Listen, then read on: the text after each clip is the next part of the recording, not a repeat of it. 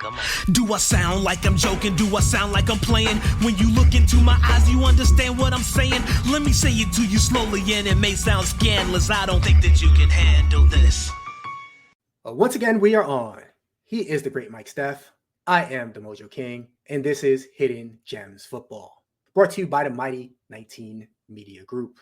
Today, we preview the NFC South. Mike Steph, how are you doing today?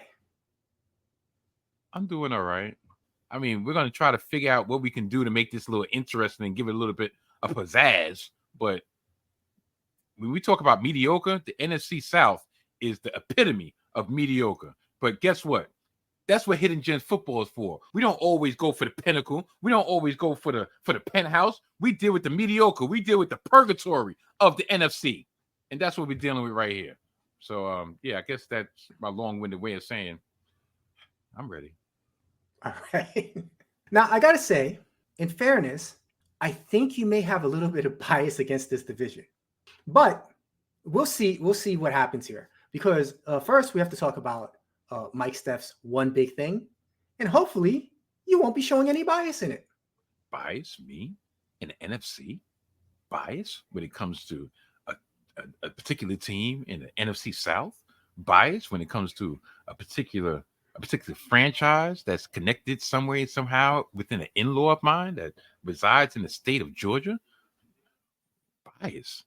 But my one big thing has something to do with the Atlanta Falcons.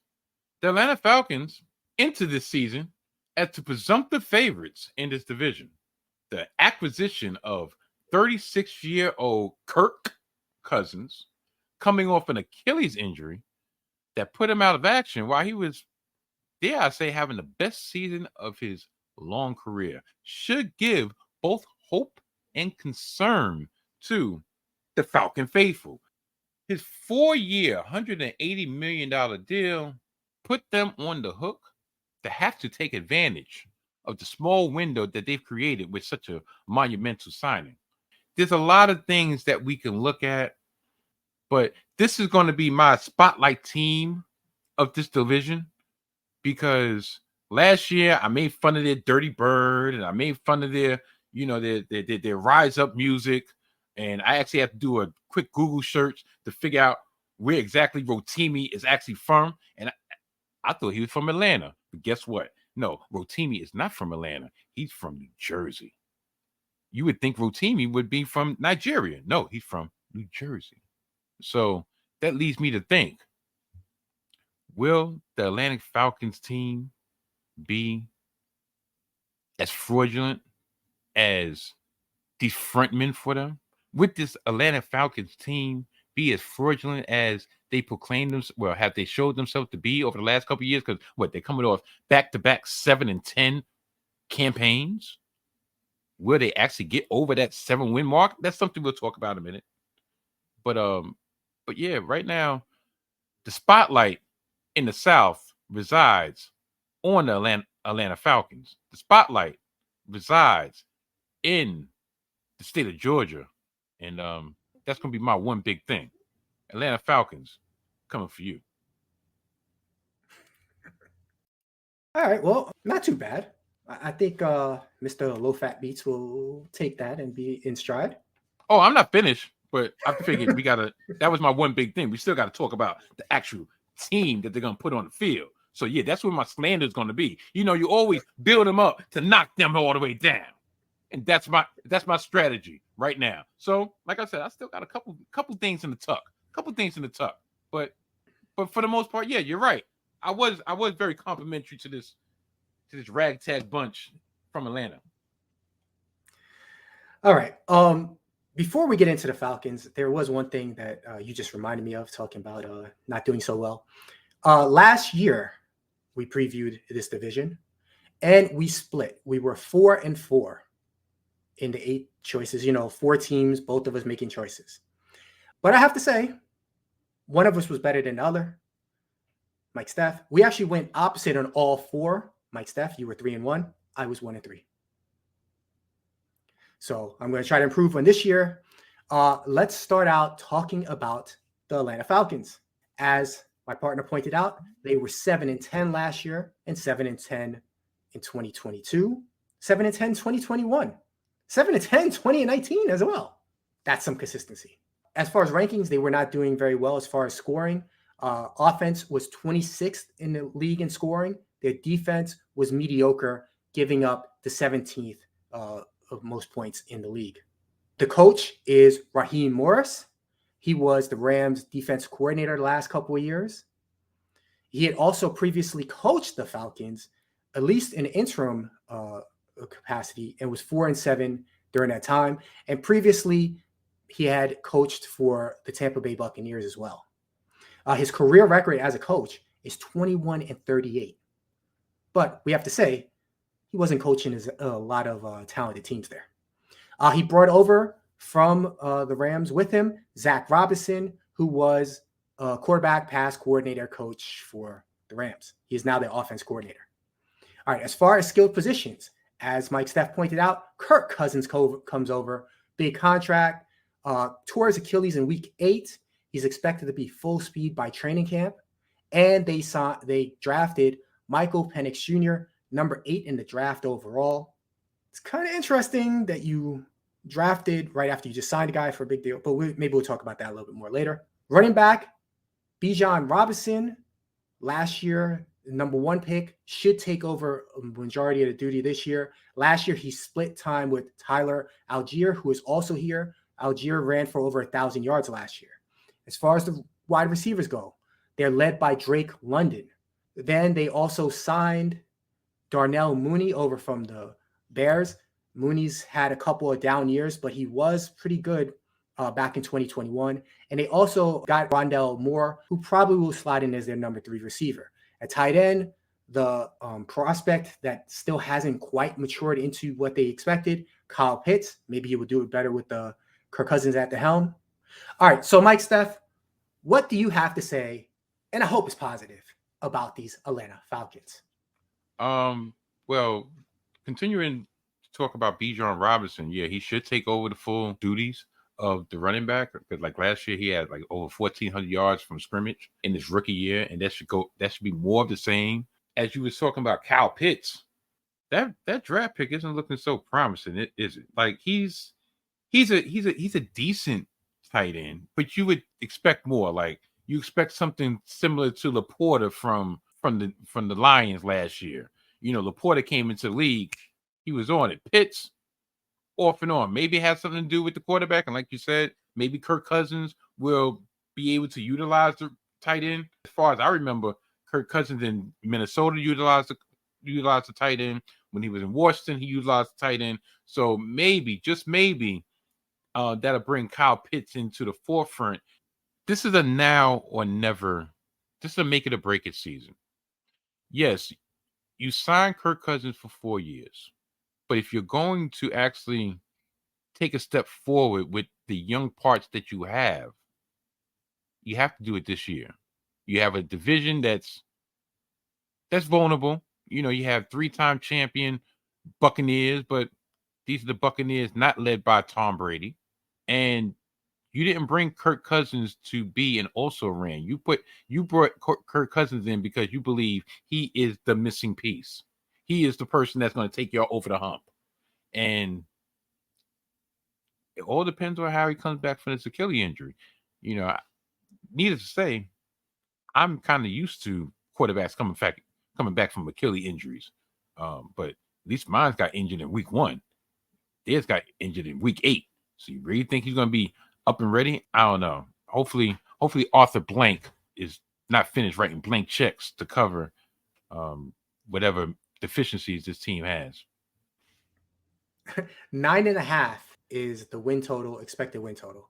Are you going over or under 9.5? I will go under. I could see them a 9-8 I could see them a 9-8 team. I'll probably rue the day that I said under, but it's a different scheme. It's going to take a while for them to get accustomed to the culture that's been changed. Depending on how the defense was the strong part of the team, especially under Arthur Smith. But I'm willing to say they'll go 9-8. Would that be good enough to get into the postseason? Probably. will be good enough to win the division? Probably not. I got to say, I'm going to piggyback off you a little bit, but I'm going to take the bias away, and I'm going over.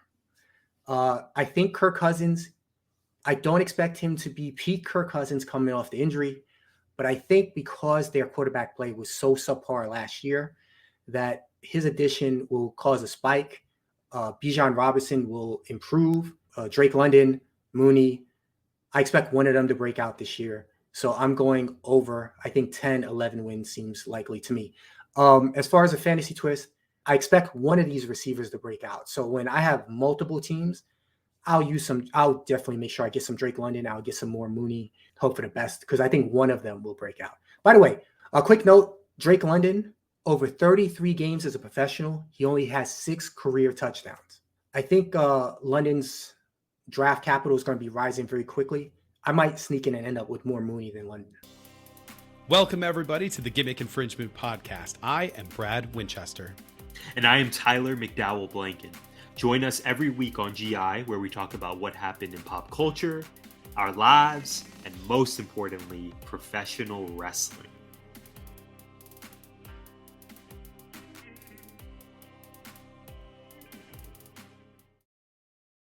All right, let's move away from the Falcons to a team that Mike Steph loves, and that is the Carolina Panthers. Another one. I know it's coming next, which makes it even funnier. But anyway, all right, let's talk about the Panthers here. The Panthers last year were 2-15, coming off the year before of 7-10, and they were just as bad in ranks too. Offensive scoring, they were tied for dead last, tied at 31st. Their defensive scoring, they were 29th, giving up the third worst points. Not surprisingly, they have a whole new coach. Dave Canales, the quarterback whisperer. He takes over his first season here. He will be leading the charge with Bryce Young, who came off a subpar first season. At running back, we have Chuba Hubbard, probably the lead back, backed up by Miles Sanders, and Jonathan Brooks was the first running back drafted, but he's coming off a torn ACL, so he may be slow to start the season. As far as wide receivers, a big acquisition for the Panthers, Deontay Johnson. He comes over from Pittsburgh, and then they have old, reliable Adam Thielen, who's coming off of a pretty strong season. He's 34 years old. As far as the third receiver, it's the kind of wait to see who ends up filling that slot. They drafted Xavier Legette in the first round. They also have Jonathan Mingo from last year. Mike Steph, I've gone through the skill positions. What do you think of the Carolina Panthers? I don't think much. Remember, this is a team that hired Frank Reich as their coach after it kind of serves them right in a lot of respects. He was already on a downswing, but that's neither here nor there. He's old news. Now, Bryce Young, unfortunately, did have a less than stellar season, and that's probably an understatement for his rookie campaign. I have 2 stats for you that's kind of concerning going forward. He was last in passer rating with 73.7, but even more concerning is yards per attempt. He was last in the league in yards per attempt at 5.5 yards per attempt. Not only that, do you know that was the 4th lowest in the history of the NFL, which is crazy.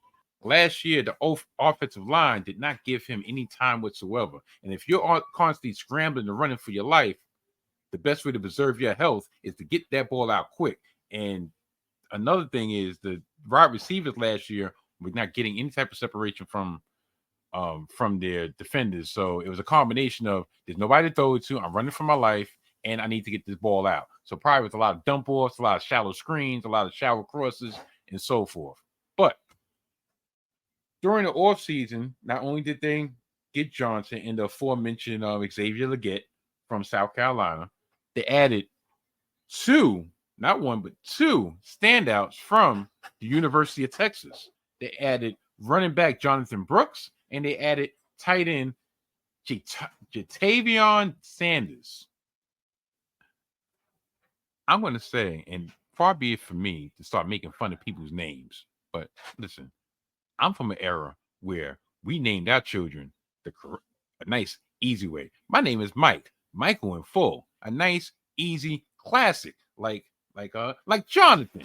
Like even Deontay to a certain degree, because Deontay's been around for a while. I think I have a cousin named Deontay. So listen, I get it. But Jatavion, and it is one later on that I'm gonna have a field day with, and he has no idea who I'm going to talk about.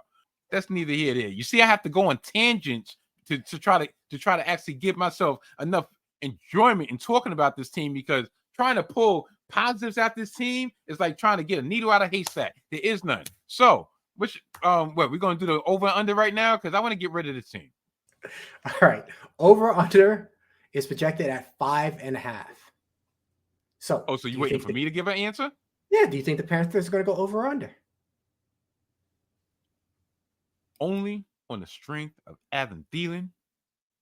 Yeah, there's so many ways you could read into that I will not say on this here platform, but only on the strength of Adam Thielen remaining a Carolina Panther, where I say they go under and actually improve from their 2-15 to 5-12 under. Well, for once, we're on the same side.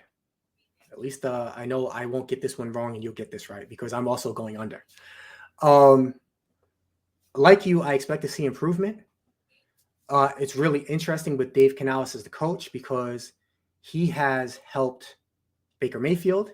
And before that, he was in Seattle with Geno helping him. So, like, maybe he does the same thing here with Bryce Young. We'll see what happens here. But I think that they're going to improve. I think they're going to look better. I think Bryce Young will look better. I still think that it will be under 5.5. As far as a fantasy twist, Jonathan Brooks looks like a late stash, especially if you have an injury reserve or something, because I think by the end of the season, he may be the prime back on this team. Let's shift over to the New Orleans Saints and Mike Steff's favorite quarterback. The Saints last year were 9-8. Year prior, 7-10, showing improvement, Mike Steph. Their scoring ranks were quite amazing. Offensively, they were ranked 10th in scoring for the season. And their defense was ranked 6th best as far as giving up points. So what happened?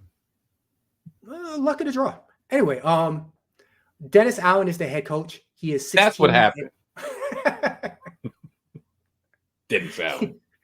He is 16-18 as the head coach. They have new offense coordinator, Clint Kubiak. He was San Francisco's pass coordinator last year. So that should be an interesting transition. At quarterback is the aforementioned Derek Carr. Of course, he's backed up by Tyson Hill and drafted in the 5th round with Spencer Rattler, who will be competing for a spot on the roster, I assume. Running back is Alvin Kamara. He's age 29. And youngster Kendre Miller, who's entering his 2nd year. He looked a little exciting in his little samples. Of course, they still have Jamal Williams, who probably still touchdowns from both of them. At wide receiver, Chris Olave, looking like a monster out there, over 1,000 yards. Rashid Shaheed, and then there's going to be a battle for the 3rd wide receiver spot. Juwan Johnson is their leader at tight end, although he's coming off foot surgery, so Foster Murnau may have a little bit of time at the lead until Johnson heals. Mike Steph, what do you think about this fabulous team?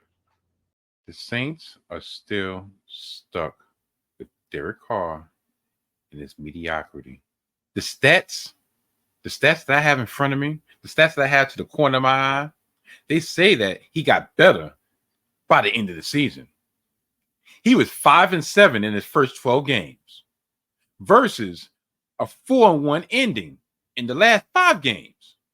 But how much of that was really due to the pressure being off based on his underwhelming start and the lack of good teams that they faced down the stretch? You know, I'm not giving him credit. Them continuing to go with the problem number 2, Dennis Allen as the head coach, is just as equally as puzzling and probably not only just to me, but the rest of this league. Now, I'm going to go on a defensive end because you said, yeah, you said they were 6th. And I asked you, all right, if they're in the top 10 in offense and they're the top 10 in defense, what's the problem?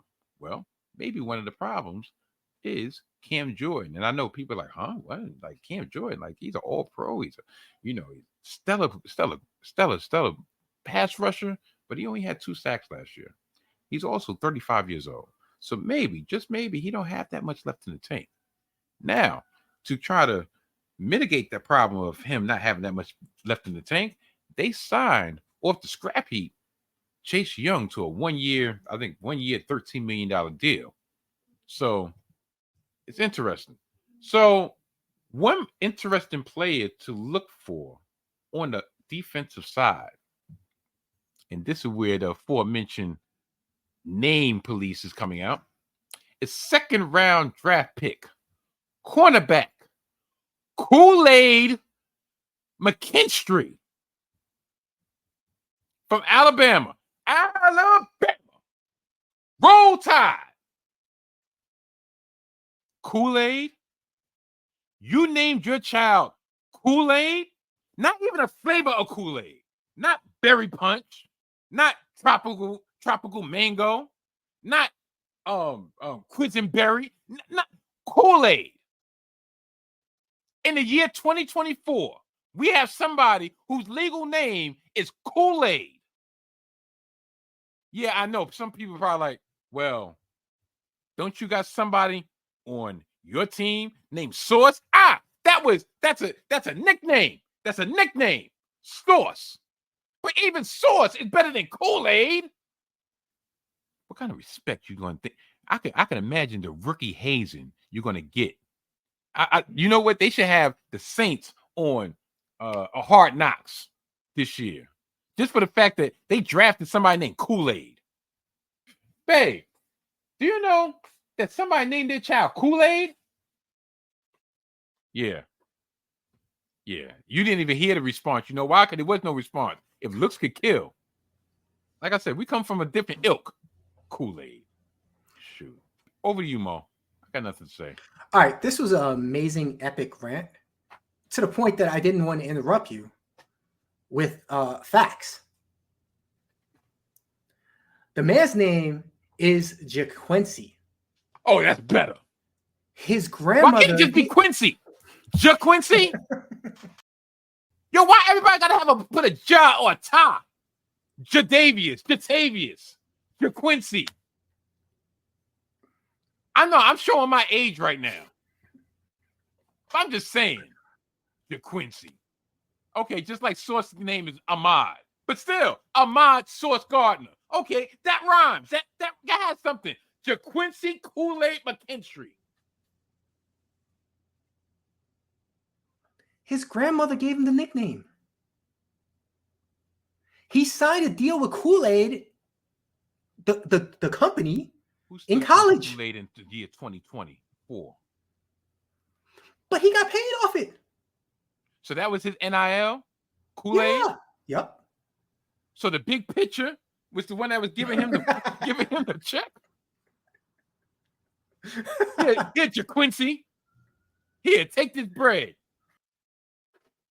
The sites I went to, they just said his name was Kool-Aid. So I ran with it. Kool-Aid. Oh, my goodness. All right, brother, Mike Steph. 7.5 games. Are the Saints going over or under 7.5? Based on the combination of Derek Carr stinking it up another year, based on the fact that they retained the services of Dennis Allen when there was actually other better candidates out there, just for that, and then for you to draft somebody named JaQuincy Kool-Aid McKinstry, I'm going under just on that strap. So you said 7. Which guard? The over under was 7.5. 7.5. 7 and 10. So yeah, 7 and 10. All right. So I have to disagree with so much of your slander First, Chase Young. He's coming off a neck injury. That's the reason he got the 1-year deal with the Saints. It's kind of a prove-it season. I think that that's a good gamble by the Saints. Their offensive line was horrendous. They drafted, in the first round, they drafted offensive linemen to help. They could have easily been 7-10, you pointed out. But over half their losses were by a single score. I admit the 6th-ranked scoring defense seems a little bit beyond what they can repeat, especially considering that they didn't put much pressure on teams last year. But with that said, I think that they have a legit chance at this division. I think 7.5 is way too low. So I'm going over, and this is the one I am the most confident in this division. Real quick, as far as a fantasy twist, I would look at A.T. Perry. It's possible that he comes in as their 3rd wide receiver or possibly as their number 2, as Rashid Shaheed is really a deep threat and may not be a receiver that's on the field all the time. If A.T. Perry can take over for where Michael Thomas was now that he's gone, he will be a breakout player that you can get super cheap in drafts. All right, last but certainly not least, the division winners of last year, the Tampa Bay Buccaneers. They were 9-8 last year, 8-9 the season before. They are led by Todd Bowles, who as a career head coach is now 17-17. They have a new offensive coordinator, Liam Cohen. He's been working with the Rams and the University of Kentucky the last few years. They, of course, lost Canellis to Carolina. They lost the quarterback whisperer. As far as rankings go, they were ranked offensively 18th in scoring, defensively top 5, number 5 in scored against. It's very tough defense. They're led by quarterback Baker Mayfield, who had a huge season last year. At running back, Rashad White is their leading runner. They also drafted in the 4th round Bucky Irving, who's likely to be their backup. At wide receiver, the 2 stalwarts of the team, Mike Evans and Chris Godwin, both coming off 1,000+ seasons. 3rd wide receiver gets a little interesting. Last year, Trey Palmer. Rookie this year, Jalen McMillan. Then there's a couple other names also possibilities. As far as tight end, that goes to Cade Oden. Mike Steph, I've mentioned all the skill players, but what do you think about this team overall? I think this team is going to go as far as Baker Mayfield takes them. Baker Mayfield probably finally, I believe he believes that he finally found the home here in Tampa after his best year of his career. He had 28 touchdowns last year. He had over 4,000 yards in passing. And I think those stats in itself back up the statement of it. It was his best year of his career. Got him paid because he did a 1-year, $4 million proven contract, and he was able to turn that into a 3-year, $100 million contract. Also got Mike Evans paid. Some people would say Mike Evans got him paid, but I think it was a little bit combination of both. Mike Evans resigned for 2 years, 41 mil. Now, defensively, like you said, they're top 5, let's just say top 10 in points against, at 19.1 in the game. A lot of that was due to the excellence of Antoine Whitfield, who himself earned a 4-year, $81 million contract in his offseason, coming off a banner year with 6 forced fumbles and 122 tackles and 6 sacks and numerous passes defended against. But I'm going to retract what I said at the very beginning when I say this team goes as far as Baker Mayfield. No. This team will go as far as the acumen of their head coach, Todd Bowles. Todd Bowles, 17-17, because literally he's 500, 8-9 1 year, 9-8 the next year. But to his credit, albeit the mediocrity that's been surrounding him in this division, he's a 2-time NFC South division champion. So I guess that leads me to this. What's the over-under, Mo? I have to say I was kind of surprised by this. The projected total, 7.5 games. Okay. So just a recap. I went under with the Saints, under with the Panthers, under with the Atlanta Falcons. And you said the over under 7.5. Well, 2 years running, even though it didn't guarantee them a winning record, 2 years running, they won more than 7 games. So I believe that the topsy-turvy, the good sometimes and bad the other time situation with the Buccaneers will continue. So why I don't believe they're going to lose more than, they're not going to win less than 8 games. So that would make me over. I could see them going another 9-8.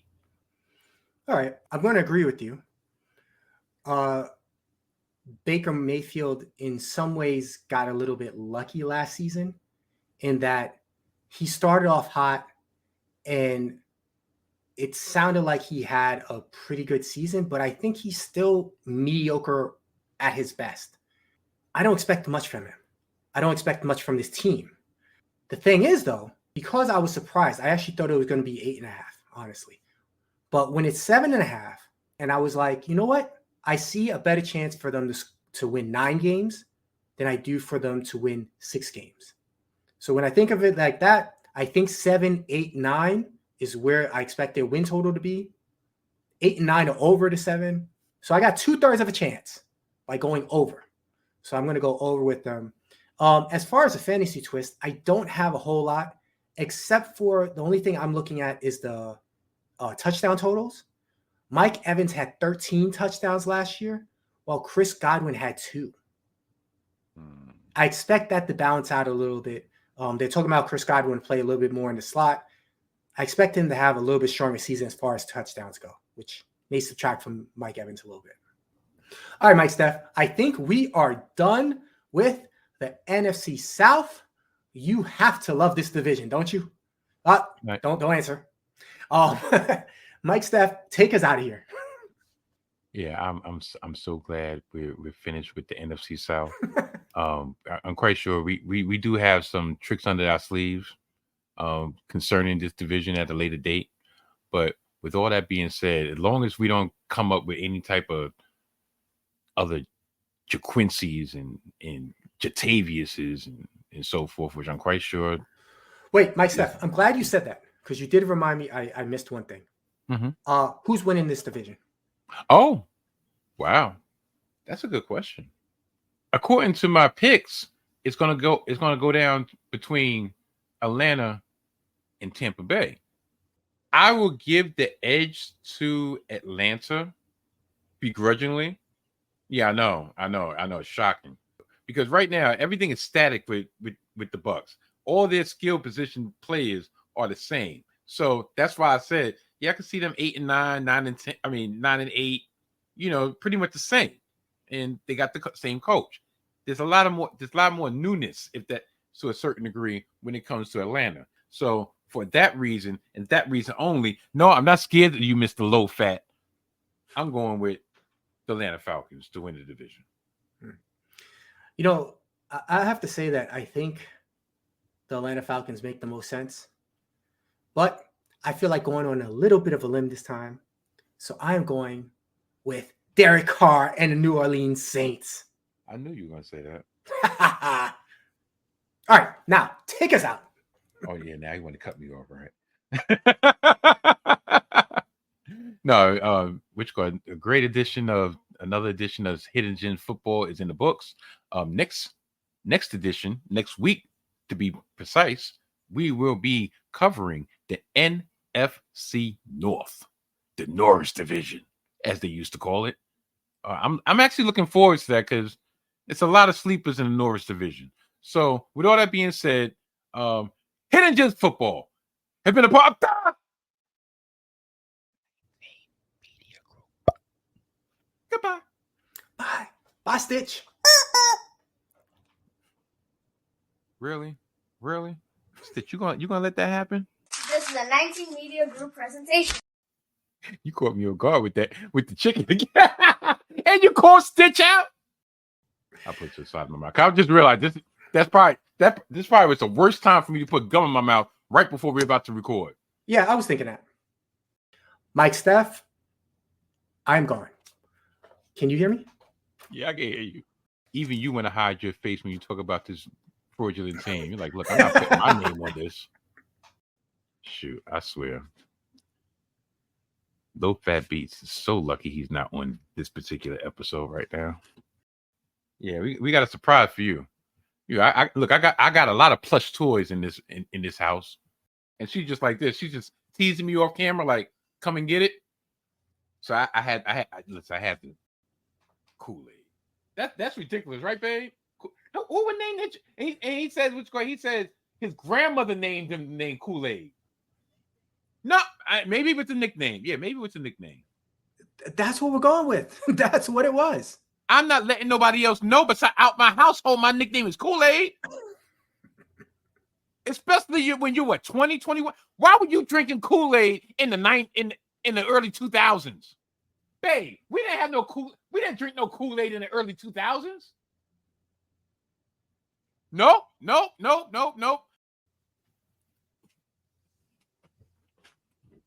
Taste this. I thought you were chewing gum again. No, my wife just made some stuffed salmon, so she wanted me to taste it. Perfect. Perfect.